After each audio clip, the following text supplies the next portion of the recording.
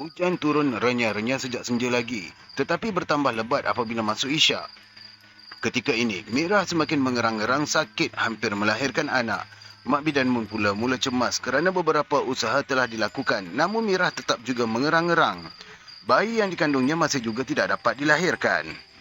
Kalau mahu dikira bayi berkenaan songsang, sudah pun dibetulkan. Tidak ada lagi masalah songsang atau tidak songsang. Mak bidan Mun bukanlah baru sehari dua menjadi bidan di kampung tersebut. Sudah bertahun-tahun dia menjadi bidan.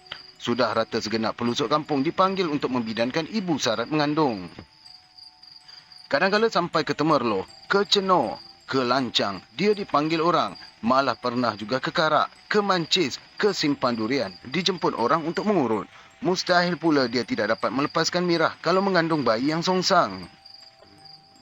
Dia terkumat kamit mulut membakar kemenyan. Asap kemenyan berkepul-kepul naik sampai berbau hingga keluar ke serambi.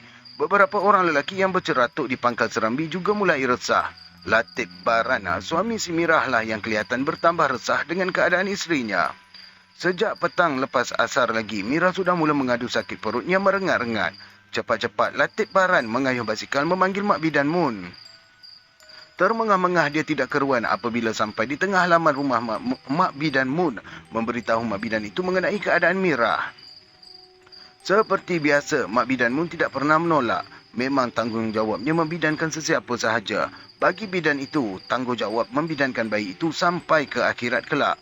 Dia akan ditanya mengenai tanggungjawab tersebut. Inilah dipesankan oleh arwah emaknya semasa menurunkan ilmu bidan kepadanya. Sebab itulah, Mak Bidan Mun sentiasa mematuhi segala peraturan dan syarat-syarat menjadi seorang bidan. Hei, teruk nampaknya budak ni. Keluh Pak Hitam Nong memerhatikan anaknya mengerang-erang kesakitan. Sekali-sekala dia mengerling menantunya si Latif Baran yang terkebil-kebil mata menanggung bimbang dengan keadaan Mirah. Hujan mula turun mencurah-curah. Angin juga bertiup kencang sampaikan lampu pelita berkedau-kedau. Macam mana Mak Bidan? Pak Hitam Nong tidak bersabar lagi. Mak Bidan Nong tidak menyahut. Dia terus terkumat kamit mulutnya dengan mata terpejam menghadap dapur perasap tempat membakar kemenyan. Mira mengerang-gerang juga sambil tangannya berpaut pada paha maknya, Mak Ibah yang duduk di hulu kepala. Heran juga Mak Ibah melihat Mira. Kalau anak sulung boleh juga dikatakan susah. Memang siapa pun sukar kalau melahirkan anak sulung. Tetapi Mira sudah mempunyai 3 orang anak sebelum itu. Anak yang tua sudah berumur 6 tahun. Masakan susah sangatlah pula dia mahu melahirkan anaknya yang keempat. Lagipun Mirah sudah berumur 28 tahun. Bukannya anak dara yang baru menjadi emak. Mirah sudah tahu bagaimana mahu meneran supaya bayinya mudah disambut oleh bidan. Tidak ada yang menyulitkan kalau tidak ada sesuatu yang menghalang. Ni macam mana ni Mak Bidan? Ulangi Pak Hitam Nong. Hish, awak pun tak sabar-sabar. Rungut Mak Ibah mengerling suaminya yang terlangut di muka pintu induk rumah. Biarlah Mak Bidan tu buat kerjanya dulu. Katanya macam tidak senang dengan sikap suaminya itu. Mak Bidan Mun terus terkumat kamit. Hujan di luar pula sekali-sekala terasa. Bertempias pada tabilayar rumah yang cuma diperbuat daripada atap rembia. Ketika itu kampung berkenaan masih belum terbuka dengan pembangunan seperti sekarang ini. Rumah pun terpencil sebuah-sebuah. Keadaan Mirah tetap tidak berubah. Dia merengek-rengek menahan kesakitan.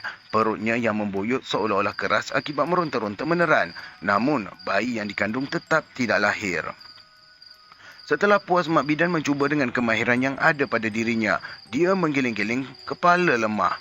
Belum pernah dia menghadapi keadaan seperti ini. Sebanyak pengalamannya menjadi bidan, dia dapat melaksanakan tugasnya dengan baik. Kalau bayi songsang pun dia dapat membetulkan semula dengan mudah. Latif, katanya perlahan. Perlu kelihatan mercik di dahinya. Tolong panggil Tok Uda Badin. Cepat. Dia berpaling pada Latif Baran. Dengan tidak bertangguh, Latif Baran terus melompat ke tangga serambi. Dia tidak perlu bertanya apa-apa kepada Mak Bidan Mun yang menyuruh memanggil Tok Uda Badin. Dia hanya menurut perintah sahaja. Dalam keadaan demikian, Latif Baran tidak perlu memikirkan apa-apa selain dari mahu menyelamatkan isterinya. Dia tahu Mak Bidan Mun sudah gelabah melihatkan keadaan Mira. Sebab itulah dia tidak tergesa-gesa menyuruh memanggil Tok Uda Badin. Mungkin Tok Uda Badin dapat membantunya. Kalau mahu dikira pawang besar, memang Tok Uda Badin bukannya pawang. Tidak pernah pula orang-orang kampung menjemputnya kalau ada sakit pening di kalangan keluarga mereka. Cuma Dukun Amit sahaja satu-satunya pawang besar di dalam kampung tersebut. Tetapi mengapa Mak Bidan Mun tidak menyuruh dia memanggil Dukun Amit saja kalau Mirah tersampuk apa-apa? Latik Baran terus mereda hujan lebat menunggang basikal buruknya yang tidak berlampu. Hanya lampu. Ya Allah, awal-awal saya dah tergagap. Apa nak jadi ni? Kena sampuk ni. Tak apa ya, sabar-sabar tuan-tuan dan perempuan semua. Saya ulang balik ya. Hanya lampu picit malam sahaja yang menyuluh lorong kecil di tengah kampung. Sekali-sekala basikal Latik Baran terlambung-lambung bila terjelantus akar pokok yang menungkal. Namun dia tetap tabahkan hati mahu segera mendapatkan Tok Uda Badin. Sampai di selekor tubir, tiba-tiba lampu picitnya terpadam. Puas dia menghentak-hentak buntut lampu picit ke handle basikal. Tetapi lampu picitnya tetap tidak bernyala. Selalunya kalau tersilap di mana-mana, hentakkan saja buntutnya. Tentu dia akan menyala semula. Kepalang marahnya Latik Baran. Mahu saja dilemparkan lampu picit itu ke dalam gaung di bawah tubir. Dalam keadaan demikian, hatinya mudah sahaja panas Baran. Dia tidak sabar menghadapi suasana yang benar-benar mencabar. Mengapa malam isterinya hampir akan melahirkan anak, tiba-tiba hujan turun mencurah-curah? Mengapa pula Mirah tiba-tiba saja sukar bersalin? Dah kenapa pula lampu picit padam sebelum sempat sampai ke rumah Tok Uda Badin? Hei, Latik Baran menggertak bibir. Dia terus merempuh kegelapan malam, tidak pedulikan apa lagi. Jalan di hadapan tidak kelihatan apa-apa. Latik Baran cuma berpedomankan kesamaran malam apabila sekali-sekala kilat memancar. Dia berharap biarlah anak isterinya dalam keadaan yang selamat. Ketika turun dari rumah pun, Mak Bidan Mun sudah berpesan supaya dia bersabar. Keselamatan Mirah tidak perlu dibimbangkan selagi Mak Bidan Mun ada menunggu. Bila kenangkan Mak Bidan Mun ada menyambut bayinya, sekiranya Mirah bersalin ketika dia menjemput Tok Uda Badin, perasaan Latik Baran tenang semula. Hujan turun mencurah-curah. Latik Baran mengayuh basikalnya merempuh kegelapan malam kerana lampu picit masih tidak menyala. Puas dia menghentak-hentakkan buntut lampu itu, tetapi tetap tidak menyala juga. Aduh, jenuh! Jerit Latik Baran bila basikalnya tiba-tiba meluru ke tebing. Dia tidak dapat mengawal basikalnya ketika tayar depannya terlanggar akar besar yang menungkal. Terkial-kial Latik Baran mencapai basikalnya semula. Ketika dia mahu melompat untuk menunggang, di hadapannya tertegak satu lembaga hitam. Rupa-rupanya, basikalnya terlanggar kaki lembaga berkenaan. Dia mendongak ke atas memerhatikan lembaga hitam berdiri tegak dengan kepala yang mencecah hingga ke awan. Berdebar juga Latik Baran bila berhadapan dengan lembaga berkenaan. Dia sudah menduga bahawa lembaga tersebut sudah tentulah hantu tinggi. Memang dia selalu mendengar dari Dukun Amit mengenai hantu tinggi, tetapi inilah pertama kali dia bertemu dengan makhluk itu. Teringat juga dia dengan pesanan emaknya mengenai siapa yang gemar mengacak-acakkan antan untuk memukul orang. Satu waktu tentu akan ditunggu oleh makhluk itu. Menjadi kepantangan makhluk tersebut kalau mempermain-mainkan antan. Baik, saya tak akan sebut hantu tinggi di sini sebab sekarang sudah hampir waktu maghrib. Ini masa yang sesuai untuk saya nak rekod yang free. Jadi saya akan ubah sedikitlah mungkin makhluk ke menatang ke lebih kurang macam tu ya. Baik, kita teruskan. Tetapi sepanjang ingatan Latik Baran, belum pernah dia mengacak-acakkan antan untuk memukul sesiapa pun. Pantang larang itu sudah diingatnya betul-betul sejak kecil-kecil lagi. Cuma dia dipanggil Latik Baran sebab mudah sangat menyingsing dengan baju kalau dicabar. Dia tak peduli siapa. Kalau mencabar, dia tetap menyambut cabaran itu. Satu kampung memang tahu perangai Latik Baran yang mudah menyerbu kalau hatinya disakiti. Lembaga hitam itu masih tertegak di situ. Hujan turun juga mencurah-curah. Dia dapat melihat dengan jelas lembaga itu setiap kali kilatnya memancar. Oi, aku bukan nak cari kau. Laung Latik Baran memberanikan dirinya mendongak lembaga berkenaan. Dah sekarang ni bagi aku jalan. Aku ni nak cepat sangat ke rumah Tok Uda Badin. Jelasnya macam merayu. Dia mendengar bunyi orang berdehem batuk sayup-sayup di udara. Woi, bagilah aku jalan. Laung Latik Baran lagi. Tetapi hantu tinggi di hadapannya tidak juga memberikan dia jalan. Latik Baran menjadi serba salah. Kalau mahu ditempuh juga, dia bimbang pula kalau dikepitnya sewaktu melintasi di bawah kangkangnya. Kalau dibiarkan, bagaimana pula dengan nasib isterinya si Mira? Oi, bagilah aku jalan. Dia mendongak kepada lembaga itu. Hatinya mula meradang apabila menghadapi keadaan demikian. Kalau tidak kenangkan yang dihadapannya itu makhluk yang tinggi, mahu saja diserbunya macam dia menampar muka Dalip Gagap tentang sebab robohkan permatang sawahnya. Terkebil-kebil mata Dalip Gagap disinggahi penamparnya. Tidak berani Dalip Gagap menerpa dia untuk bertindak balas. Kalau Dalip Gagap gagahi mahu menerpa, dia akan mencabut parang di pinggang. Cubalah. Dia akan kibaskan mata parang sampai berdecap-decap ke dada. Tetapi Dalip Gagap tidak sama dengan hantu tinggi. Dia tidak boleh bertindak mengikut perasaan. Makhluk di depannya itu bukan manusia biasa seperti Dalip Gagap. Kalau tidak ada ilmu di dada, jangan cuba mahu tunjukkan berani berhadapan dengan makhluk itu. Malah, Dukun Amit sendiri pun cepat meremang bulu tengkuk bila disebut makhluk itu di hadapannya. Oi tu, bagilah cucu jalan. Pekik Latik Baran merayu. Cucu nak cepat ni. Bagilah cucu jalan. Katanya dengan penuh harapan. Dia semakin serba salah bila mengenangkan keadaan Mirah mengerang-gerang kesakitan tidak dapat bersalin. Kemudian dia mendengar lagi dehem batuk yang sayup-sayup di udara. Makhluk itu tidak juga berundur memberi dia jalan. Keadaan ini menyebabkan Latik Baran tidak dapat menahan sabar lagi. Dia menggertak bibir sambil mendongak ke udara. Woi! Laungnya tidak peduli apa lagi. Kau ni nak bagi aku jalan atau tidak? Dia mula nekat untuk menyerbu. Panas barannya sudah tidak dapat ditahan-tahan lagi. Makhluk itu seolah-olah sengaja mencari geruh sejak lepas asar lagi. Dengan tidak menghiraukan keselamatannya, Latik Baran terus menerpa betis makhluk itu. Terasa padanya kaki itu terlalu keras bagaikan ruyung nibung. Sebaik saja diperpaut pada kaki lembaga itu, Latik Baran merasa dirinya melayang di udara. Sayup, dia merhatikan ke bawah dengan pokok-pokok dan bukit bukau yang berbalam. Tetapi dia tetap berpaut kuat-kuat. Lembaga itu seolah-olah menghayunkan kakinya untuk melibas Latik Baran yang berpaut di situ. Setiap kali dia menghayunnya, Latik Baran dapat melihat keadaan di bawahnya hingga ternampak laut yang terbentang luas. Namun makhluk itu tidak dapat menggugurkan Latik Baran yang berpaut kuat pada kakinya. Setelah beberapa kali dihayun Latik Baran tidak juga jatuh. Makhluk itu meletakkan semula kakinya di tempat basikal Latik Baran jatuh. Woi, memang awak ni jenis berani, Latik. Latik Baran terdengar suara parau yang sayup-sayup di udara. Awak yang nak tunjuk kerah kepala dengan aku. Latik Baran membalas sambil menggertapkan bibir. Kawan memang suka orang yang berani macam awak. Sahut lembaga itu mendehem-dehem. Ada. Sekarang ni awak nak bagi aku jalan ke tidak? Soal Latik Baran keras. Memanglah kawan nak bagi. Habis tu, kenapa yang awak hadang jalan aku? Kawan nak tengok hati awak je. Ni, awak nak cari gaduh dengan aku ke?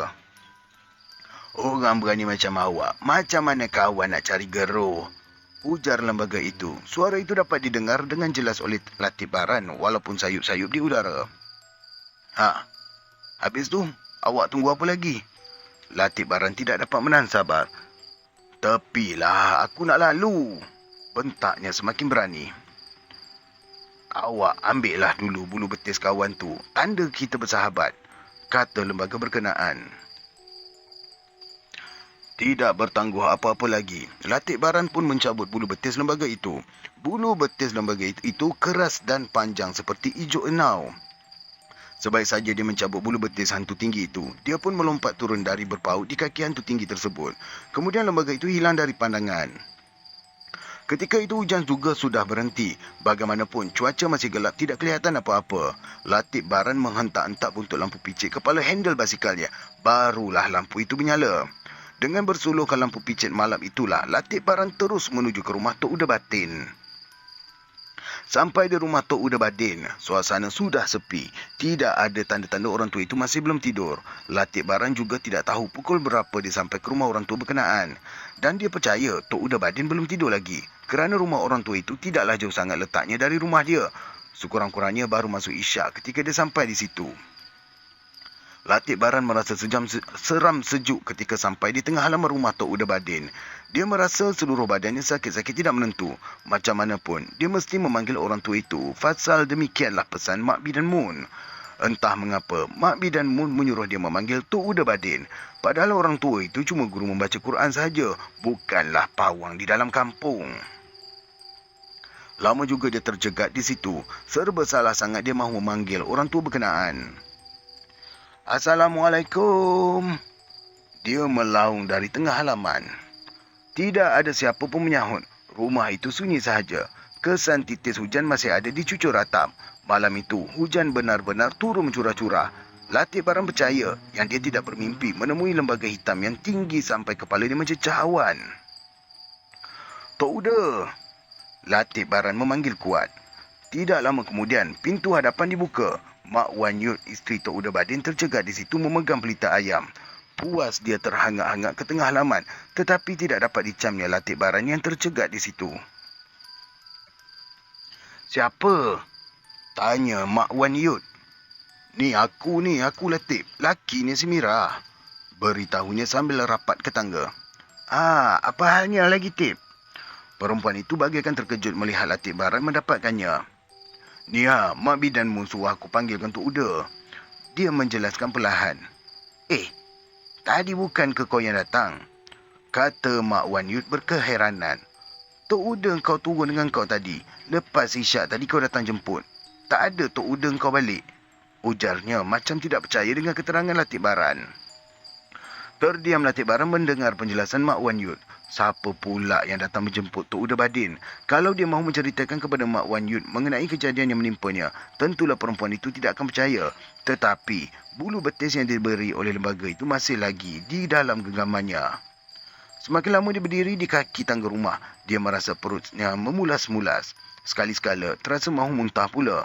Latik Baran terpaksa menahan keadaan tersebut. Jap, Tok Uda dah pergi rumah aku? Latik Baran keheranan. Iya, jelas Mak Wan Yut. Bukan ke kau yang jemput tadi? Kata perempuan itu lagi. Serba salah juga Latik Baran mahu memberitahu perkara sebenarnya. Dia belum sampai lagi ke rumah tersebut. Belum bertemu lagi dengan Tok Uda Badin. Kalaulah tidak dihalang oleh makhluk itu, di tengah perjalanan, tentu sudah lama dia sampai ke situ. Hatinya mula gelisah bila mengenangkan keadaan isterinya Mira. Kalau macam tu tak apalah. Beritahu Latik Baran tergesa-gesa mencapai basikalnya yang disandarkan ke pintu pagar. Cepat-cepat dia mengayuh basikal balik ke rumah. Tentu ada sesuatu yang buruk menimpa isterinya Mira. Mustahil dia sudah memanggil Tok Uda Badin seperti yang diberitahu oleh Mak Wan Yut. Padahal dia tidak dapat melepasi diri dari alangan makhluk tadi. Kalau benar Tok Uda Badin sudah pergi ke rumahnya, bagaimana tidak bertemu dengannya di pertengahan jalan? Padahal itu sajalah lorong ke rumah Tok Uda Badin. Latik Baran mula rasa gementar. Mungkinkah rumah yang ditujunya tadi benar-benar rumah Tok Uda Badin? Bagaimana kalau rumah itu sebahagian dari muslihat makhluk tadi untuk melambat-lambatkan dia? Sudah tentu isterinya sendiri akan menghadapi bahaya. Sejak itu, Latik Baran sudah mula memikirkan bahawa bulu betis makhluk yang tadi yang diperolehinya itu akan membawa petaka. Kalau dia terus menyimpannya, berarti dia akan terus diganggu seperti sekarang. Masakan pula Mak Wan Yut mahu berbohong dengannya mengenai Tok Uda Badin sudah pergi kerana dipanggil oleh dia sendiri. Sedangkan dia belum lagi bertemu dengan orang tua berkenaan. Akulah. Aku bunuh kau. Latik Baran menggertak bibir. Marah benar dia pada makhluk yang mengganggu keluarganya. Sudah tentu perbuatan hantu tinggi itu mengelirukan Tok Uda Badin, sehingga kan dia menyangka dijemput. Dia percaya Tok Uda Badin juga sudah diperdayakan oleh makhluk tadi. Dia terus mengayuh basikalnya cepat-cepat. Sekali-sekala kokok ayam memanjang, memecahkan keheningan malam. Kokok ayam itu menandakan dini hari sudah semakin larut. Subuh sudah hampir akan menjelang. Terlalu lama juga dia diperdayakan oleh makhluk tadi. Tak guna betul lah kau ni orang tinggi. Dia tidak dapat menahan sabarnya. Kalau dia terserempak lagi dengan makhluk tadi, dia akan hentakkan dengan lampu picit. Dia akan serbu, tidak peduli apa. Latik Baran sedar, dia sudah terpedaya oleh makhluk tadi. Sudahlah perjalanannya dihadang. Tok Uda Badin pula dipedaya. Kalau tidak percaya maafkan saya. Dia tidak percaya yang Tok Uda Badin datang ke rumahnya, melainkan sudah dipesongkan jauh oleh makhluk tadi supaya Mak Bidan Mun gagal menyelamatkan Mira. Boleh jadi Tok Uda Badin sudah dilarikan oleh makhluk tadi ke hutan. Mungkin yang datang menjemput Tok Uda Badin tadi ialah hantu tinggi yang menjelma menyerupai diri dia. Bagaimanapun, nasib isterinya Mira kalau Tok Uda Badin tidak sampai. Tentulah Mak Bidan Mun memerlukan sangat bantuan Tok Uda Badin. Kalau tidak, masakan dia menyuruh panggilkan Tok Uda Badin segera. Aduh, kepalang marahnya Latik Baran bila kenangkan makhluk yang tadi yang mengganggunya tiba-tiba. Sepanjang ingatannya, dia tidak pernah mengacak-acakkan antan penumbuk lesung mahu memukul sesiapa pun. Tidak pernah pula dia tidur di atas tanah dengan tidak beralas. Dia ingat betul-betul pantang larang supaya tidak diganggu makhluk tadi. Tetapi mengapa makhluk itu datang juga mengganggu dia? Weh, aku tak pedulilah kau orang tinggi. Rungut Latik Baran sambil mengayuh bazikalnya dengan laju. Aku tak pedulilah kau. Aku tahu asal kau jadi. Orang berburu sesat di hutan asal kau jadi. Dia mula mengingatkan cerita yang diberitahu oleh Dukun Amin mengenai makhluk tadi. Semua dukun mesti tahu asal-usul hantu Jembalang. Setiap makhluk itu akan menjadi lemah bila diketahui asal-usulnya. Sebab mereka juga berasal dari manusia, kata Dukun Amin. Mereka menjadi Jembalang kerana terlanggar sumpah. Sebab itulah mereka datang semula mahu mengganggu manusia untuk memenuhi sumpahan tersebut semata-mata untuk merosakkan manusia. Tetapi Latik Baran dengar sendiri dari mulut Tok Uda Badin lain pula. Orang tua itu mengatakan semua jenis hantu Jembalang adalah termasuk dalam golongan syaitan dan iblis. Golongan syaitan dan iblis ini menjadi musuh manusia yang nyata sejak Nabi Adam lahir ke dunia lagi. Asal-usul syaitan dan iblis adalah dari api. Demikian dijelaskan oleh Tok Uda Badin yang sudah lama menjadi guru Quran di dalam kampung.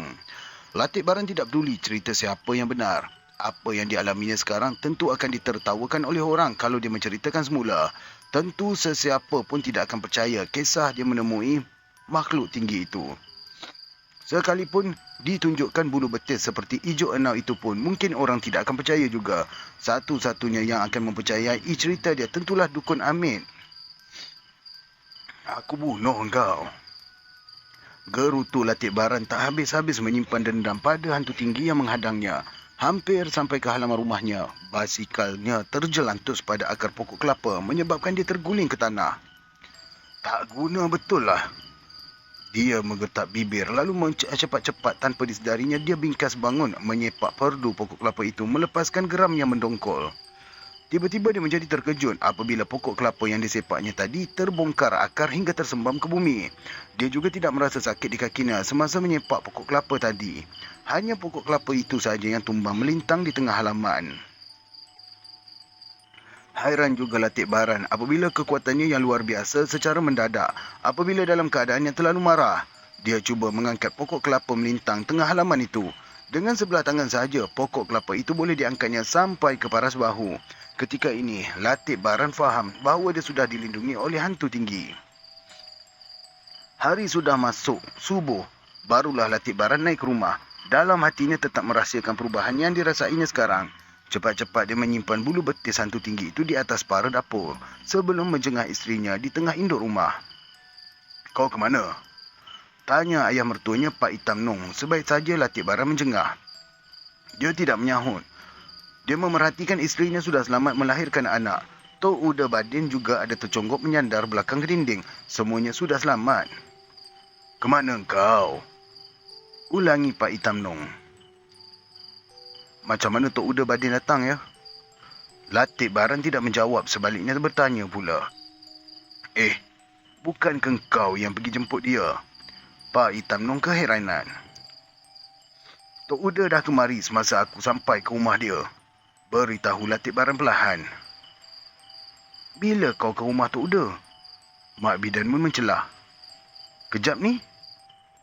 Kau tak singgah mana-mana? Tak. Mengapa baru balik? Aku tak ke mana-mana pun. Sah. Dah sah lah. Ujar Mak Bidan Mun tenang. Nasib baik aku suruh kau panggil Tok Uda. Dia menjelaskan mengapa dia menyuruh Latik Baran memanggil Tok Uda Badin. Mengapa pula tu Bidan? Pak Hitam Nong yang masih tidak memahami keadaan sebenarnya. Kalau kita panggil Dukun Amit tadi, bukan dia ni yang datang. Orang lain yang datang. Katanya berpaling pada Tok Uda Badin. Tok Uda Badin hanya tersengih-sengih mendengar kata-kata Mak Bidan Mun. Dia pun tidak suka Mak Bidan Mun memperkecilkan Dukun Amit. Masakan pula Dukun Amit tidak tahu bagaimana menghadapi tipu muslihat syaitan dan iblis. Bagaimanapun dia percaya yang Mak Bidan Mun ini tidak memperkecilkan Dukun Amit itu. Dah 2 jam anak kau lahir, baru sekarang kau nak balik. Mak Ibah macam memarahi menantunya. Aku kayuh laju basikal tu, tapi ada orang yang menghadang. Rungut Latif Baran. Orang menghadang? Pak Hitam Nong bertambah hairan. Latif Baran pun mengangguk. Orang dia tinggi. Orang tinggi. Ujarnya mula merasa meremang bulu tengkuk. Perutnya mula-mula memulas setiap kali mengerling ke arah Tok Uda Badin.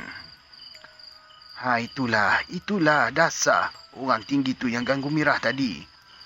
Jelas Mak Bidan Mun perlahan. Dia sudah nampak gangguan tersebut yang menyebabkan Mirah terlalu sukar melahirkan anak. Sebab itulah Mak Bidan Mun segera menyuruh panggilkan Tok Uda Badin untuk memperdayakan hantu tinggi tersebut. Apabila hantu tinggi memintas perjalanan orang yang memanggil Tok Uda Badin, tentulah dia terlalai terhadap gangguannya pada Mirah. Tipu muslihat Mak Bidan Mun berjaya. Hantu tinggi berkenaan terpaksa memintas Latif Baran. Sementara Latif Baran pula mempunyai semangat yang kuat sehingga berani menerkam ke arah hantu tinggi tersebut. Sebab itulah dia tidak dapat memperdayakan Latif Baran. Dalam masa yang sama, Tok Uda Badin seolah-olah teringatkan sahaja Mirah sedang mengandung dan menghadapi kesulitan. Walaupun Mirah itu cuma pangkat cucu saudara sahaja kepadanya, tetapi Tok Uda Badin merasakan sesuatu yang mendorongkan dia supaya menjengah perempuan itu. Lantas dia memberitahu isterinya mahu ke rumah Latif Baran kerana dia dijemput oleh Latif Baran. Bilakah Latif Baran menjemput? Mak Wan Yu tidak tahu. Dia hanya diberitahu oleh suaminya bahawa Latif Baran memintanya datang ke rumah. Mak Wan Yut pun tidak peduli sangat kalau suaminya mahu menjengah Mirah. Kalau tidak disebabkan dia kurang sihat, mahu juga dia sama menemankan suaminya ke rumah Latif Baran. Tidak lama selepas Tok Uda Badin sampai, Mirah pun selamat melahirkan anak. Tetapi bayi itu lahir dalam kelonsong nipis seperti belon. Terpaksa pula Mak Bidan Mun mengoyakkan kelonsong nipis itu. Sebaik saja kelonsong nipis itu dikoyakkan, barulah bayi itu dapat dikeluarkan dan barulah dia menangis seperti lazimnya bayi-bayi lain. Mula-mula terkejut juga Mak Ibah dan Pak Hitam Nong melihatkan anaknya melahirkan bayi seperti belon getah. Tetapi setelah diberitahu oleh Mak Bidan Mun, memang pernah berlaku ada bayi yang dilahirkan di dalam kelongsong, barulah mereka berasa lega. Mak Bidan Mun juga memberitahu bayi itu biasanya keras hati dan kalau diberi makan kelongsongnya apabila dia sudah dewasa nanti, nescaya akan menjadi kebal dan tidak dud oleh senjata besi. Bagaimanapun setelah dinasihatkan oleh Tok Uda Badin, mereka semua setuju supaya kelongsong itu ditanamkan bersama dengan uri tembuni. Ketika bayi ini lahirlah, Latif Baran bergelut hebat dengan hantu tinggi itu. Setelah merasa gagal menghalang usaha Mak Bidan Mun dan Tok Uda Badin, barulah hantu tinggi itu menyerah kalah dengan memberikan bulu betisnya kepada Latif Baran. Dengan cara itulah saja dia dapat memperdayakan Latif Baran supaya mengikut kemahuannya. Setelah mendengar cerita Mak Bidan Mun, barulah Pak Hitam Nong menyedari bahawa keluarganya sudah diperdayakan oleh makhluk itu. Sekiranya Mak Bidan Mun menyuruh Latif Baran memanggil Dukun Amit, sudah tentulah perjalanan Latif Baran terbantut. Dukun Amit juga tidak akan dapat ditemui oleh Latif Baran. Ketika ini sudahlah tentu, hantu tinggi itu menjelma sebagai Dukun Amit dan datang ke rumah mereka. Alhamdulillah, kita sudah diselamatkan oleh Allah. Beritahu Tok Uda Badin ketika turun ke bilik air untuk mengambil wuduk. Eloklah aku bersubuh di rumah kau. Siang sikit nanti barulah boleh balik ke rumah. Katanya mencapai lampu picit. Cepat-cepat pula Pak Hitam Nong menunjukkan jalan ke perigi kepada Tok Uda Badin. Latif Baran pula selepas melihat bayinya yang baru lahir, terus berbaring di sebelah isterinya. Terasa badannya terlalu letih setelah menghadapi suasana yang belum pernah dialaminya selama ini. Memang terkejut juga Pak Hitam Nong melihat tiba-tiba saja pokok kelapanya tumbang melintang di tengah halaman. Dia terdengar juga bunyi kayu tumbang semasa Latif Baran balik. Tetapi tidak disangkanya pokok kelapa di hujung halaman tumbang. Apalagi bunyi kayu tumbang itu sayup-sayup kedengaran. Agaknya hujan semalam pokok kelapa ni tumbang, kata Tok Uda Badin tenang. Hujan semalam ributnya tak kuatlah Pak Uda. Jelas pula Pak Hitam Nong. Pak Hitam tidak percaya pokok kelapa itu tumbang kalau sekadar hujan dan ribut kencang. Kalau ribut, mengapa pula pokok kelapa yang sebatang itu saja yang tumbang? Tetapi dia tidak mahu menyoal Tok Uda Badin lagi. Orang tua itu pun bukan suka sangat membebel tidak tentu hujung pangkal. Sejak dia balik dari belajar pondok di Sumatera, memang Tok Uda Badin tidak suka bercakap banyak. Dia hanya dikenali sebagai guru yang membaca Al-Quran di kampung itu. Selain dari itu, dia tidak akan mahu berbual-bual kosong di kedai-kedai kopi. Masanya banyak dihabiskan di surau. Pagi-pagi Tok Uda Badin akan ke sawah bersama dengan Mak Wan Yud. Itulah sahaja mata pencariannya. Dia tidak membeli barang-barang dari kedai kecuali garam. Lainnya pula semua dibuatnya sendiri. Gula dibuatnya dari air tebu, kopi ditumbuknya sendiri, ikan kering dibuat sendiri, sayur-sayuran ditanam di kebunnya, padi sawahnya sendiri ada. Pendek kata, kehidupan Tok Uda Badin berlainan dari orang-orang kampung lain. Setelah selesai menunaikan fardu subuh, Tok Uda Badin minta diri untuk pulang ke rumah. Nantilah, minum dulu Pak Uda. Mak Ibah cuba menahan. Sampai di muka pintu serambi, Tok Uda Badin berhenti sebentar. Kemudian katanya, kalau ada apa-apa barang yang didapati oleh Latif malam tadi, suruh dia buang aja. Dia tidak menjelaskan apa maksudnya, tetapi itu sajalah yang dipesankan. Minumlah dulu, ulangi Mak Ibah. Tak apalah Ibah, nanti gaduh pula Mak Ibah kau, katanya. Gaduh ini berarti risau ataupun susah hati. Ketika dia balik itu, Latif Baran masih lagi tidur nyenyak. Oleh itu, dia pun berpesan kepada Pak Hitam Nong.